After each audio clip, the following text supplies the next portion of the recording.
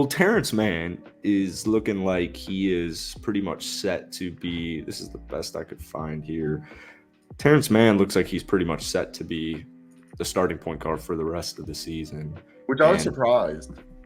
yeah, and he's doing a really good job. I just picked him up in fantasy this morning, actually. But last night was an interesting game because Kawhi was suffering, especially early. I think he missed his first 7 shots, and then Booker didn't play well, so it wasn't really like a beautiful basketball game. And Terrence Mann had to step up because Paul George struggled early and Kawhi struggled early, and he had to step up, and he did.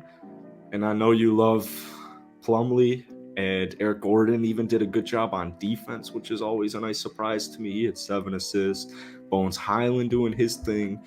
This Clippers team on paper just makes total sense that they're going to be really good. It just, I don't know. I feel this is like usually the narrative with a healthy Clippers team is they're healthy right now, and when they're healthy, Share they're my really screen. good. And something happens. You say they melt like ice cream? Share my screen. Oh. Mr. Kawhi Leonard. This is the year. This could be the year, though. I mean, first off, okay, I want to say that you and I, another team that we were smoking all season, well, off season. Number 1 power ranking. Yeah, for like consecutive power rankings, like all summer. All summer, we were sucking the LA Clippers cocks. Like, yeah. I was fully on board. I thought the John Wall signing was, earth moving, and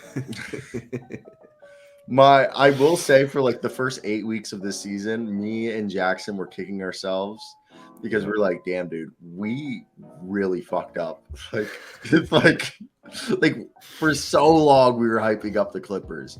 And I'm really glad that they turned it around. And you know what's the weird thing?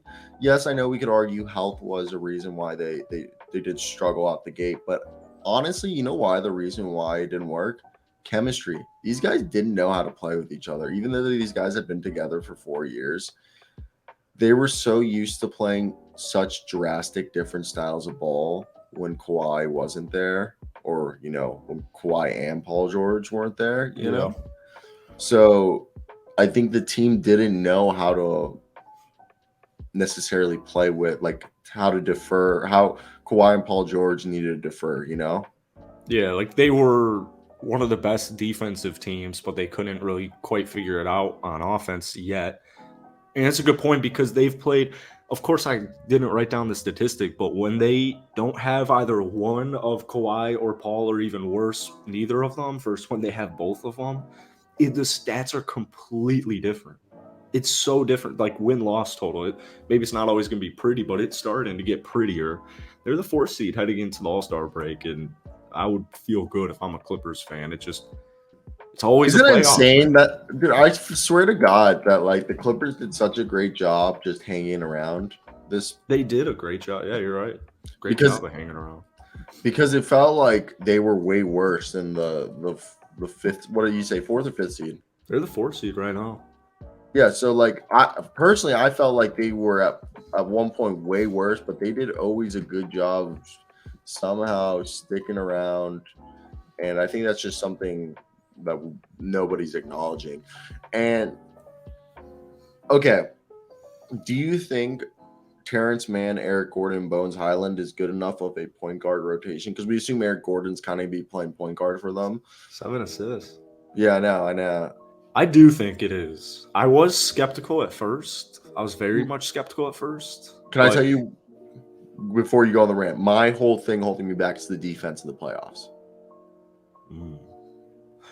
I'll counter that with Eric Gordon's phenomenal defense last night, which blew me away. And Terrence Mann, I mean, he's got that defense. But you think Terrence Mann, Eric Gordon, or Bones Highland, I'm not even going to put Bones Highland in this, Terrence Mann or Eric Gordon could hold, an opposing point guard. There's going to be good ones in the playoffs. In a 7-game series. Do you think they? I just like the Nuggets or against a Jamal Murray, a De'Aaron Fox, a Steph Curry. Steph Curry, yeah, like all you're gonna have to go through at least 1 or 2 of those guys in the playoffs. I think that's the big thing because every other position, I think they're loaded. Center, Mason Plumlee, awesome, dude. Yeah, wings, power forwards, they've got them. It's really the point guard position. I think 100%. Maybe if Ty Lue wasn't the head coach, maybe I'd be a little bit more What? uneasy. Oh! Yeah. If Ty Lue wasn't the head coach, I thought you were Yeah. about to come out with some Ty Lue slander. I was like, I thought we were both a pro Ty Lue show. This is a pro Ty Lue show. This is a pro Ty Lue's the best defensive coach in the National Basketball Association show. Yeah, with Ime Yeah, what do you Udoka think out. about that? Future Bowl. But yeah, okay. I mean, I would say Ty Lue's top 5 head coach. I mean, I have him up there with Ty Lue, Greg Popovich, Nick Nurse, Steve Kerr. Wow, Nick Nurse. I mean, I'm biased with Nick Nurse. I think Nick Nurse is getting a bad hand right now. I think the problem with the Raptors is more Masai Ujiri. Wow. Yeah, I don't think Masai Ujiri's giving Nick Nurse the right players. Okay. You know what I mean? Nick Nurse can only do so much with what he's given. For consecutive seasons. That's what I'm saying, They are refusing to acquire shooters. And when they do, it's like Armani Brooks. Yeah. It's like, so, okay. Like, what can you do? What can you really do there, you know, when you're given a shit hand?